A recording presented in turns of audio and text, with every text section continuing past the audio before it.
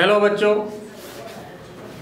आज हम डिस्कस करने जा रहे हैं सर्कुलर मोशन के अच्छे प्रॉब्लम पर डिस्कस करने जा रहे हैं।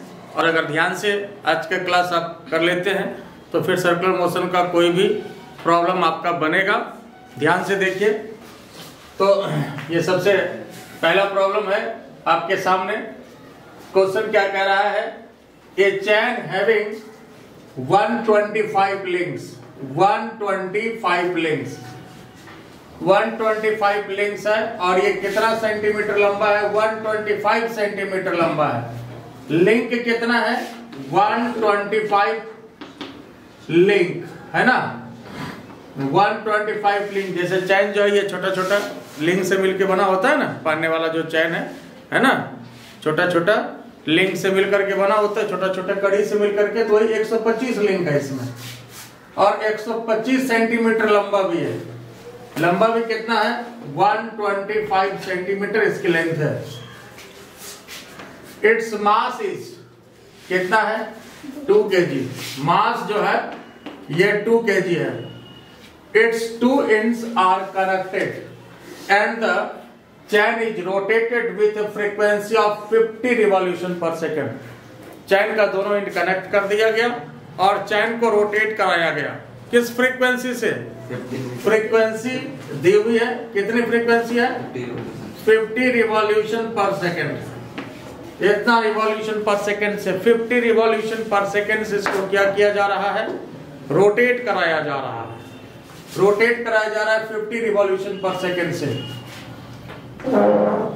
50 रिवॉल्यूशन पर second. Calculate the centripetal force on each link. Each link पर सेंट्रीपिटल फोर्स का वैल्यू आपको पता करना है। तो सबसे पहले तो ईच लिंक का मास आपको चाहिए। 125 लिंक का मास 2 kg है। एक लिंक का मास कितना होगा? मास ऑफ ईच लिंक बताइए। मास ऑफ ईच लिंक कितना होगा? 2/125 है ना। एक लिंक का 125 लिंक का मास 2 kg है ना। तो एक लिंक का कितना होगा? 125 लिंक है तो 2/125 kg एक लिंक का मास हुआ। ठीक है। और लेंथ आपको दिया हुआ है 125 सेंटीमीटर है। मीटर की बात करें तो मीटर में कितना हो जाएगा? 1.25 मीटर हो जाएगा। ठीक है। और इसको इस तरह से रोटेट किया जा रहा है। तो निकालना आपको क्या है? Centripetal force on each link. तो ये बताइए कि सेंट्रीपिटल फोर्स का क्या फॉर्मूला होता है आपके पास? सेंट्रीपिटल फोर्स के लिए फोर्स का formula F = m v²/r। v को ओमेगा r में कन्वर्ट करिएगा तो ω²r²/r। डायरेक्ट भी आप ले सकते हैं इस फार्मूला को, m⍵²r। यह भी फार्मूला आपका सेंट्रीफ्यूगल फोर्स के लिए, सेंट्रीपिटल फोर्स के लिए होता है m⍵²r। और ओमेगा को फ्रीक्वेंसी के टर्म में करना है। आपको पता है ओमेगा को क्या दे सकते हैं? 2πn दे सकते हैं। देखिए बार बार काम कर रहा है इस कॉन्सेप्ट का। m ओमेगा को 2πn दिया स्क्वायर इंटू r, तो क्या हो जाएगा बताओ तो साहब? m 4π² n² r। 4π² n² r तो कितना हो जाएगा? 4π² n² m इंटू r। अब इसमें आपको क्या करना है? ध्यान रखिए, n तो फ्रीक्वेंसी है ये दी गई है। मास भी आपको एक लिंक का चाहिए, एक लिंक का मास भी आपको मिल चुका है। अब एक चीज यहां पर जो है जिसको आपको निकालना होगा वो है रेडियस। तो रेडियस आप कैसे निकालोगे? आपके पास ये जो है सरकमफेरेंस है, तो इसके अनुसार रेडियस यहाँ पर हम लोग निकाल सकते हैं। बोलो, निकाल सकते हैं कि नहीं निकाल सकते हैं? रेडियस निकाल सकते हैं कि नहीं निकाल सकते हैं? ये फॉर्मूला आपके पास कितना हो गया? 4। चलिए इसको एक बार मैं ऊपर लिख देता हूं। यहां तक क्लियर है ना? अब यहां देखिए, इसको एक बार ऊपर लिख देता हूं। यहां पर आपके पास जो फॉर्मूला है F = 4π² n square m into r. बाकी ये सब तो आपको पता है। एक रेडियस चाहिए, तो रेडियस के लिए लेंथ आपके पास है, क्वेश्चन तो आपके पास लिखा हुआ है। ठीक है, तो ठीक बात है। अब यहाँ रेडियस चाहिए, ये सरकमफेरेंस कितना हो जाएगा, 2 पाई आर इक्वल टू कितना 1.25 मीटर, यही ना लेंथ था 1.25, तो रेडियस कितने के बराबर हो जाएगा 1.25 अपॉन 2 पाई। बोलो इसमें कोई दिक्कत है? तो अब रेडियस मिल गया, अब क्या करना है साहब, इसमें हमें सभी वैल्यू को रख देना है। तो सभी वैल्यू को अब यहाँ पर हमें पुट करना है, और ये आपके पास ऑप्शंस भी है, जो आंसर आएगा देखेंगे। तो 4 पाई स्क्वायर, फ्रीक्वेंसी कितनी है बोलते चलिए आप लोग, 50। हाँ बोलते चलिए, पता नहीं चल रहा, जवान आदमी जरा आवाज आनी चाहिए। 50, उसके बाद ये अभी 50।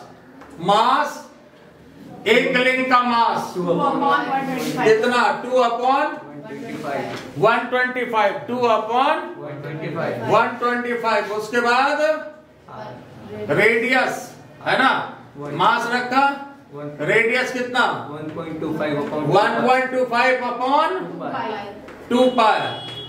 अब देखिए कौन कौन सा टर्म कट रहा है। पहले तो इस पॉइंट को हटा दीजिए और यहाँ पर नीचे 100 कर दीजिए, ठीक है। तो पाई को इससे स्क्वायर से कटाइए, 2 को इस 2 से कटाइए, उसके बाद 125 को 125 से मारिए, 0 0 भी हटा दीजिए। कितना बचा देखिए अब आपके पास, ये कितना हो गया 25 गुना 4 100 पाई आ गया आपका आंसर। F इक्वल टू 100 पाई, तो आपके पास ये आंसर हो गया। न्यूटन ये आपका यूनिट है। एक ऑप्शन 100 न्यूटन भी दिया है, तो 100 न्यूटन नहीं होगा, ये मिस्टेक करने के लिए आपको दिया है कि 100 पाई सोचेंगे, अच्छा 100 तो आ गया, तो यहाँ पर 100 पाई वाला आंसर है। आंसर कौन सा है 100 पाई वाला। बोलो इसमें कोई दिक्कत है? ये बात क्लियर हुआ या नहीं हुआ, स्पष्ट है? तो फिर चलिए इसको लिख लीजिए, फिर हम अगले क्वेश्चन की बात कर रहे हैं।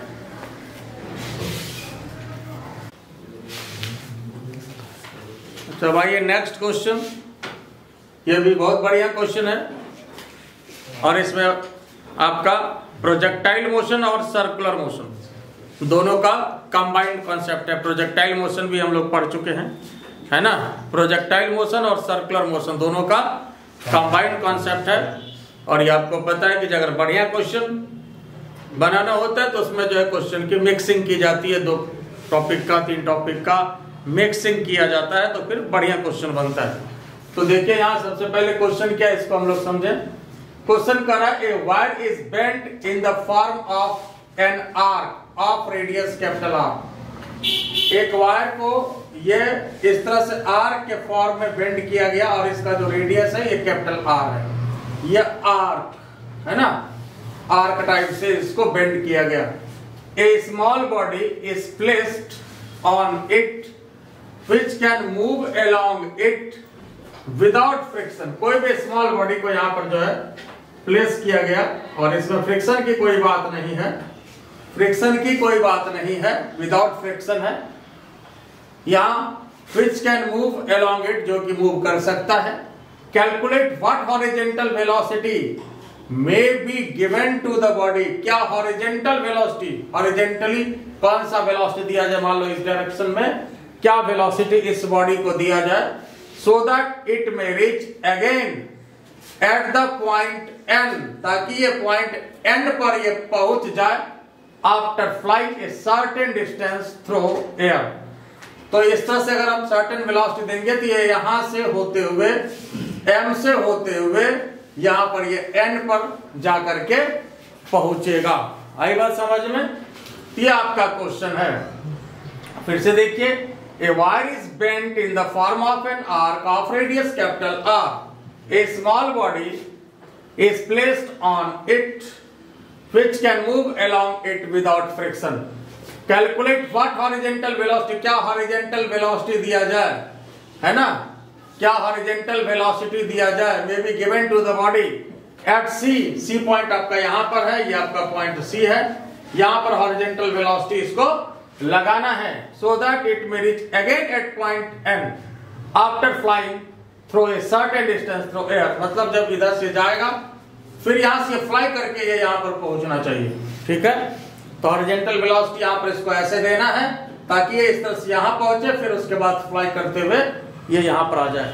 तो यहां देखिए सबसे पहले जैसे ये रेडियस आपका आर है, तो यहां पर जो है, यहां पर जब ये पार्टिकल पहुंचेगा तो इसके बाद क्या लेगा, ये प्रोजेक्टाइल पाथ लेगा, इसलिए कि यहां इसके बाद तो अब ये सर्किल खत्म हो जाता है, इसके बाद ये आर्क तो अब है नहीं, है ना, आई बात समझ में, इसके बाद आर्क है नहीं, बात क्लियर हुआ कि नहीं। या फिर दूसरे तरह से आप ऐसे भी समझ सकते हैं कि मान लो इस तरह से ये गोलाकार कोई सरफेस ही है, कटोरा टाइप स्ट्रक्चर है, लेकिन कटोरा ये तो इतना ही पे खत्म हो जाता है, ये थोड़ा सा इसका आकार जो है इसको बढ़ा दीजिए, कटोरा टाइप स्ट्रक्चर है, लेकिन ये और ये ऊपर तक है, और यहाँ पर आपको हॉरिजॉन्टल वेलोसिटी को लगाना है बॉडी को।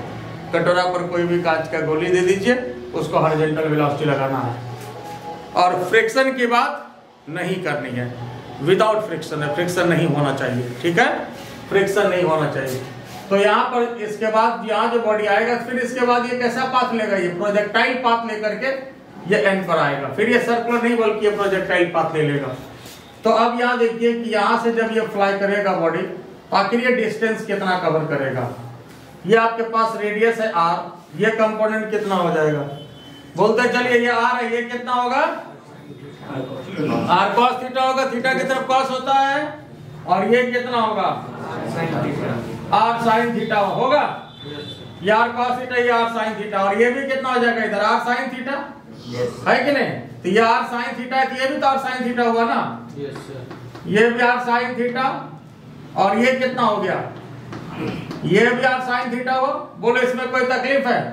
अब मैं इसको हटा देता हूँ, ऊपर लिख दिए हैं, यहाँ जो है ये आपका आर साइन थीटा था, ये आर साइन थीटा है, ये भी आर साइन थीटा, और दोनों मिला करके कितना हो जाएगा, एम एन कितना के बराबर हो गया, 2r साइन थीटा होगा, एम एन कितना के बराबर हो गया, 2r साइन थीटा। बोलो इसमें कोई तकलीफ है?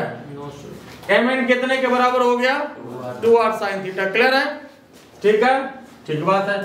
और यहाँ के पास, यहाँ के बाद अब जो पाथ होगा इसका प्रोजेक्टाइल पाथ होगा, ये इस तरह से ये आएगा, ठीक है। अब यहाँ देखिए एंगल की भी बात, तो ये एंगल थीटा है, तो ये कितना होगा, 90 माइनस थीटा होगा। तो इस तरह से जब पार्टिकल जाएगा तो ये एंगल भी कितना होगा, फिर थीटा होगा। क्यों होगा, ये थीटा है तो ये 90 माइनस थीटा होगा ये एंगल, इसलिए कि ये तो 90 है ही ना, ठीक है। ये एंगल कितना है, 90 है, ये थीटा है, तो ये कितना होगा, 90 minus theta, 90 minus theta.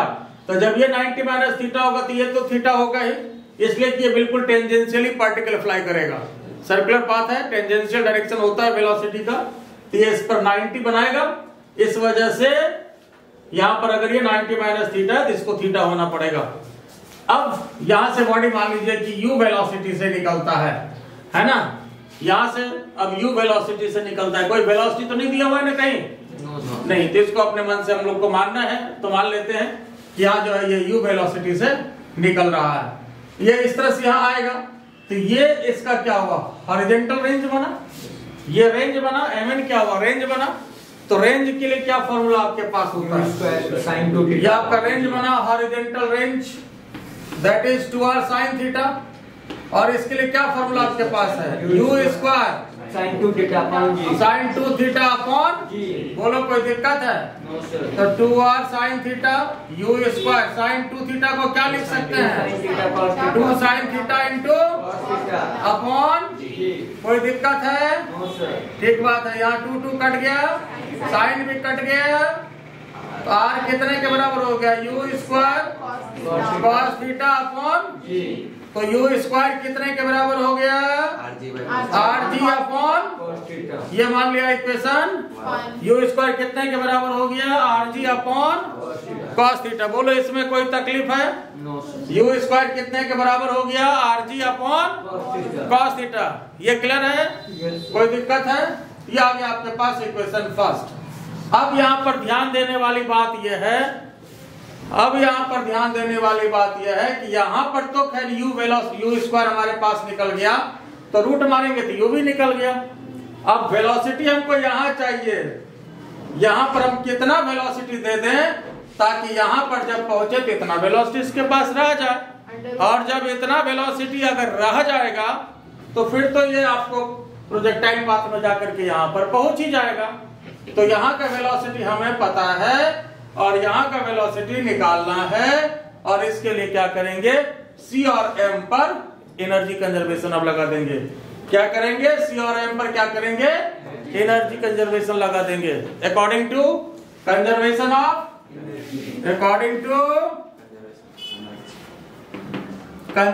Of energy. कहाँ लगाना है, कहाँ लगाना है, M एंड C। कोई तकलीफ इसमें, M और C। तो यहाँ पर जो है ये C आपका पॉइंट है। अब ये बताओ कि ये आपका R है, तो ये भी यहाँ से यहाँ तक कितना है, ये तो R ही है, और ये कितना है यहाँ से यहाँ तक, ये पार्ट कितना है, R cos थीटा, यही ना है। तो अगर यहाँ से यहाँ तक की बात करें तो जरा ध्यान दीजिए, ये कितना होगा, ये पार्ट R प्लस होगा, ये part R plus R cos theta. Energy conservation M और C या C और M, जो कहिए, एक तरफ C और एक तरफ C और एक तरफ M। अब ये बताओ साहब कि C पर कौन कौन सी एनर्जी होगी, C पर कौन कौन सी एनर्जी होगी, C लोएस्ट पॉइंट है, ग्राउंड होगा, तो C पर सिर्फ काइनेटिक होगा, पोटेंशियल नहीं होगा। C पर क्या होगा, काइनेटिक होगा। और M पर क्या होगा, M पर क्या होगा, दोनों होगा। कौन कौन सा होगा, पोटेंशियल भी होगा और काइनेटिक भी होगा। बोलो इसमें कोई दिक्कत है, तो बस यही काम करना है। अब लगा देना है एनर्जी कंजर्वेशन। कहाँ लगाना है, बोलते चलिए आप लोग, M और C पर। तो एक तरफ C और एक तरफ M, तो C पर कौन कौन एनर्जी होगा, काइनेटिक एनर्जी। M पर क्या होगा, काइनेटिक भी होगा और पोटेंशियल भी होगा। बोलो इसमें कोई तकलीफ है, तो काइनेटिक एनर्जी C पर कितना होगा, हाफ M V स्क्वायर, ये ना, और यही हमको निकालना है। VC लिख दीजिए, VC का टारगेट है हमारा। और M पर kinetic energy half M U square, जो अभी हम लोग निकाले हुए U स्क्वायर का वैल्यू। और पोटेंशियल एनर्जी कितना है, mg, यहाँ से यहाँ तक लेना है साहब। M यहाँ है, ये चाहिए ना हमको, ये चाहिए, ये यहाँ से यहाँ तक है ना, R प्लस, बोलो कोई तकलीफ इसमें, R plus R cos theta. तो यहाँ पर ये हाफ M VC स्क्वायर और half M U square. U square कितना अभी निकाले हुए हैं, RG upon plus mg R common 1 plus cos theta. बोलो यहाँ तक कोई दिक्कत है, ये क्लियर हुआ या नहीं हुआ। अब यहाँ देखिए, इधर फिगर आपका बना हुआ है ना, तो अब क्या करना होगा बताओ। तो इसमें जो कटे कटाना है, जो बचे बचाना है, लेकिन पहले टारगेट क्या है, VC को निकालना है। इधर आपका लिखा हुआ है, तो यहाँ पर जो है VC का टारगेट है, क्या निकालना है इसमें, VC का टारगेट है। इधर आइए देखिए, तो यहाँ पर ऐसा करते हैं, इसमें 2 से सभी इक्वेशन में मल्टीप्लाई कर देते हैं। क्या होगा बताओ तो जरा, हाँ बोलते चलना है, VC स्क्वायर RG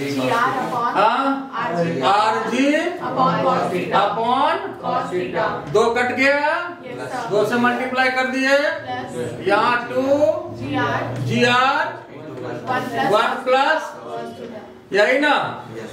तो क्या चाहिए हमें, तो VC equal to root under अब GR भी कॉमन ले सकते हैं, ले ले, देख लो तो RG कॉमन आ जाएगा इसमें। तो यहाँ क्या बचा, 1 अपॉन, यहाँ भी RG कॉमन है, तो 2 प्लस 2 cos थीटा। और यही इसके लिए फाइनल आंसर होता है। ये इसके लिए फाइनल आंसर है। बीसी का ही तो टारगेट था ना। टारगेट क्या था हमें? बीसी। इस पॉइंट पर, सी पॉइंट पर वेलोसिटी क्या होगा, ये क्या करना था, हमें निकालना था। बोलो इसमें कोई दिक्कत?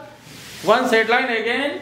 देखिए इसमें क्या किया, क्वेश्चन कह रहा था कि आपका आर्क फॉर्म का बना हुआ है, चाहे वायर के रूप में ले या मान लीजिए क्वेश्चन में यही दे दे कि यहाँ पर एक जो इस तरह का कटोरा टाइप स्ट्रक्चर है, यहाँ पर कोई भी गोली रख दिया गया, जैसे कांच की गोली कोई बॉडी रख दिया गया, और इसको इधर से वेलोसिटी देना है। और क्या वेलोसिटी यहाँ दे दें ताकि ये कटोरा से इधर घूम, यहाँ से ये फ्लाई करते हुए यहाँ पर आ जाए, कटोरा के इस पोर्शन पर आकर के टकरा जाए। क्वेश्चन तो फॉर्म होता है, वायर दे दे या कटोरा दे दे, है ना।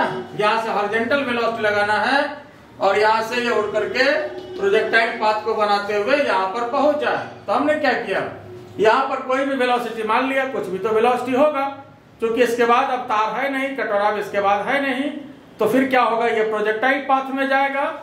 प्रोजेक्टाइल पाथ में जब यहाँ जाएगा, यहाँ आएगा, तो ये डिस्टेंस क्या होगा, इसके लिए हॉरिजॉन्टल रेंज का काम करेगा। और ये आपको पता है, ये आर था, ये आर कॉस थीटा, तो ये कितना होगा, आर साइन थीटा, ये भी आर साइन थीटा, दोनों मिलाकर के 2r साइन थीटा।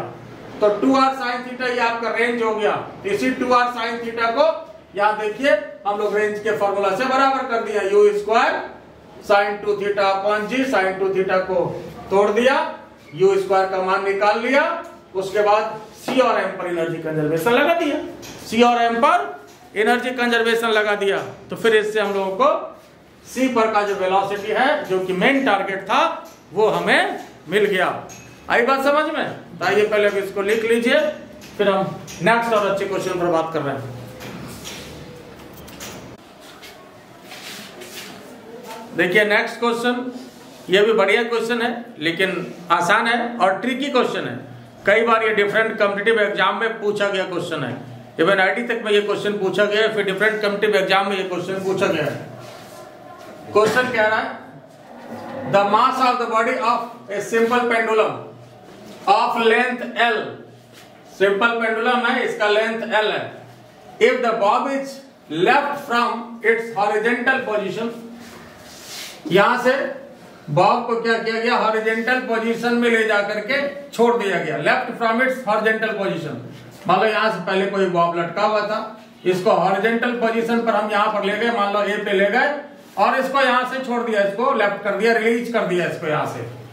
ये कह रहा है question, then speed of the bob and tension in the thread, speed of the bob and tension in the thread in the lowest position, मतलब यहाँ पर ये मान लीजिए पॉइंट बी है, यहाँ पर आपको भी चाहिए, और यहाँ पर जो धागे में जो टेंशन होगा ये चाहिए, मतलब टी भी चाहिए। ठीक है, यहाँ पर वेलोसिटी चाहिए और यहाँ पर टेंशन चाहिए। तो सबसे पहले वेलोसिटी निकालने की हम बात करें। वेलोसिटी के लिए क्या करेंगे, यहाँ पर से रिलीज किया गया और यहाँ पर हमको चाहिए, तो ए और बी पर एनर्जी कंजर्वेशन लगा देते हैं। ए और बी पर energy conservation according to conservation of energy at point, कहाँ लगाएंगे, बोलते जाओ, कहाँ लगाएंगे, तो एक तरफ ए दीजिए, एक तरफ बी दीजिए। बोलो ए पर कौन कौन सी एनर्जी होगी, ए पर पोटेंशियल होगा, इसलिए कि यहाँ से तो ये रिलीज है, तो यू 0 होगा। यहाँ पर ए पर कौन कौन सी एनर्जी होगी, ए पर सिर्फ पोटेंशियल होगा, और बी पर बताओ, बी लोएस्ट पोजीशन है, ये ग्राउंड होगा, यहाँ पोटेंशियल होगा नहीं, तो यहाँ पर कौन सी एनर्जी होगी, काइनेटिक एनर्जी होगी। तो यहाँ पर सिर्फ होगा तुम्हारे पास काइनेटिक एनर्जी, यहाँ पर कौन सा एनर्जी होगा, काइनेटिक एनर्जी होगा। बोलो इसमें कोई दिक्कत है? तो यहाँ पर पोटेंशियल मतलब mgl, काइनेटिक मतलब half m vb square, m खत्म, तो vb स्क्वायर इक्वल टू कितना, 2gl, तो vb इक्वल टू कितना, रूट अंडर 2gl, तो रूट अंडर 2gl, तो एक आंसर तो मिल गया, रूट अंडर 2gl। हालांकि तीनों में रूट अंडर 2gl है, तो दूसरा आपको निकालना ही होगा।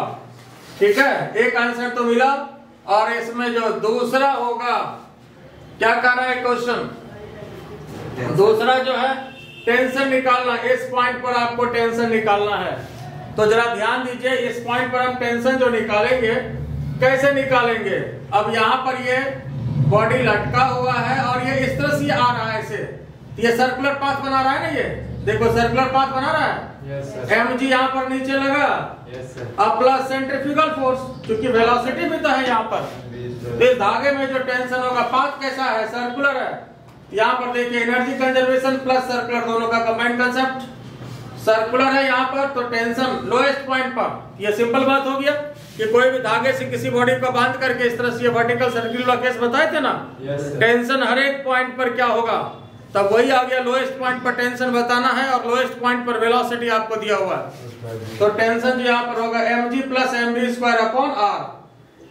तो यहाँ पर टेंशन निकलेगा कि नहीं?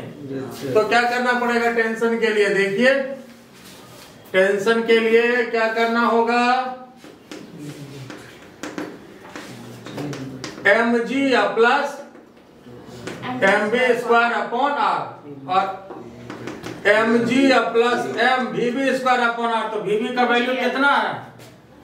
हाँ, तो vv स्क्वायर ले लेंगे यहाँ पर, 2gl ले लें और नीचे r के स्थान पर l हो जाएगा। r ऑलरेडी l के बराबर होगा, l कर दे यहाँ, l कट गया, तो 2mg प्लस mg बराबर 3mg और यही आपके पास टेंशन हो गया। तो टेंशन का टेंशन भी दूर हो गया, टेंशन का टेंशन भी दूर हो गया। बोले इसमें कोई दिक्कत है? No sir. ये बात क्लियर हुआ या नहीं हुआ? हो गया। तो चलिए इसको लिख लीजिए, फिर हम अगले क्वेश्चन पर बात करते हैं। देखिए नेक्स्ट क्वेश्चन, यह भी बढ़िया कंसेप्चुअल क्वेश्चन है। क्वेश्चन क्या कह रहा है, if AR and AT represent radial and tangential acceleration, AR for radial है, T फॉर टेंजेंशियल है, होता ही है रिप्रेजेंटेशन। AR रेडियल के लिए और AT टेंजेंशियल के लिए। The motion of the particle will be uniform circular motion. Uniform circular motion होगा कब? आपके पास ये चार ऑप्शन है, आपके पास ये चार ऑप्शन है कि यूनिफॉर्म सर्कुलर मोशन कब होगा। पहला ऑप्शन है AR 0 और AT भी 0। दूसरा ऑप्शन है AR 0 लेकिन AT नहीं 0। तीसरा ऑप्शन है AR 0 नहीं लेकिन AT 0 है, टेंजेंशियल 0। चौथा ऑप्शन है कि ये दोनों में कोई भी 0 नहीं है, AR भी 0 नहीं है और AT भी 0 नहीं है। तो AR मतलब क्या? रेडियल एक्सेलरेशन, AT मतलब टेंजेंशियल एक्सेलरेशन। और मोशन कैसा है?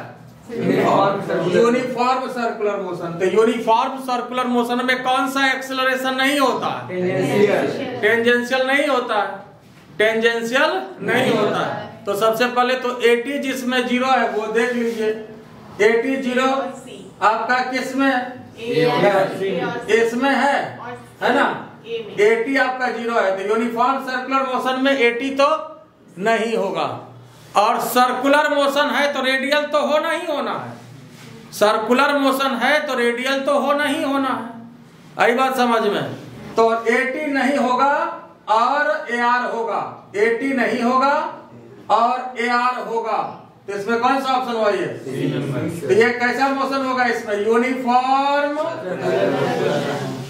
यूनिफॉर्म सर्कुलर मोशन का, इसलिए ये ऑप्शन है। अच्छा अब ये बताएं, अगर आपसे ये दे दे कि कौन सा मोशन होगा, AR भी 0 है AT भी 0 है, ये कैसा मोशन होगा? यही दे दे क्वेश्चन में कि कैसा मोशन होगा। ये AR 0, AR जैसे 0 हो गया, रेडियल जैसे 0 हो गया तो सर्कुलर खत्म हो गया, तब लीनियर हो गया। और AT भी 0, टेंजेंशियल भी 0, तो कैसा मोशन होगा? लीनियर में भी कैसा? AT 0 tangential 0। तो लीनियर और AT 0 है, टेंजेंशियल एक्सेलरेशन यहाँ पर 0 है, तो यहाँ पर लीनियर तो होगा ही। और यूनिफॉर्म होगा कि नॉन यूनिफॉर्म होगा?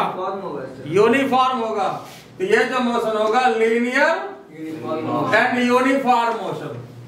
तो इसमें समझिए एक नहीं बल्कि आपका 4 क्वेश्चन है। लीनियर यूनिफॉर्म मोशन अगर इसके लिए पूछता तो ये वाला सही होगा, है ना? तो अब यहाँ पर देखो, अब यहां देखो ये कौन सा मोशन के लिए? AR 0 but AT does not 0। ये किस मोशन के लिए सही है? देखो AR जैसे 0 हो गया तो लीनियर तो पहले ही लिख देना है। उसके बाद AT 0 नहीं है तो ये यूनिफॉर्म नहीं बल्कि नॉन यूनिफॉर्म होगा, linear and non uniform motion. आई बात समझ में? Yes sir. क्लियर है? Yes sir. अच्छा अब ये बताओ, जैसे यही दे दे आपके पास, शुरू में यही लिख दे, बताए कि ये कैसा मोशन के लिए है, ये किस तरह के मोशन के लिए है, non uniform and circular motion. आई बात समझ में? AR नहीं है, AR 0 नहीं है, मतलब AR है 0 नहीं है, तो इसका मतलब सर्कुलर तो हो ही गया। और AT भी यहाँ पर है, 0 नहीं है का मतलब है कुछ भी, तो टेंजेंशियल भी है और रेडियल भी है, तो दोनों जब होगा तो मोशन कैसा होगा, non uniform circular motion. Motion कैसा होगा,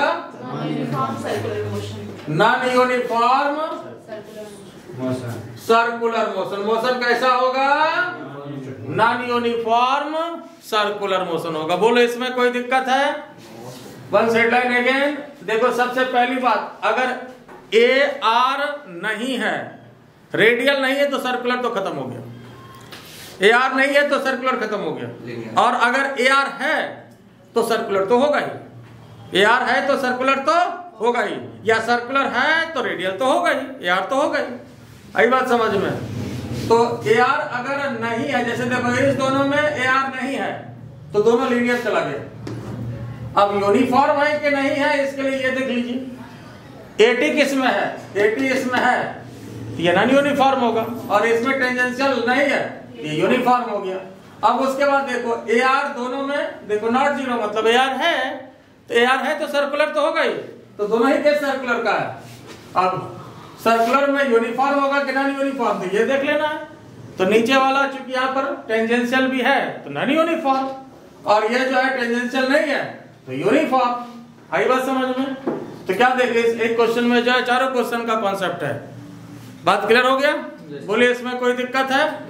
तो चलिए इस तरह से उम्मीद है सर्कुलर का सारा क्वेश्चन आपका बन जाएगा। हर तरह का क्वेश्चन हम डिस्कस कर चुके हैं, है ना, 10 टाइप डिस्कस कर चुके हैं, मिक्स क्वेश्चन डिस्कस कर दिए हैं, तो उम्मीद है आपको इसमें मैक्सिमम क्वेश्चन आपका बन जाएगा, चाहे कोई भी एग्जाम हो। तो चलिए ठीक है, आज इतना ही। इसी तरह से आप लोग पढ़ते रहिए, और हमारा चैनल इनोवेशन एकेडमी, ठीक है, और फायदा हो तो क्या करना है, लाइक करना है, सब्सक्राइब करना है, शेयर करना है। Thank you.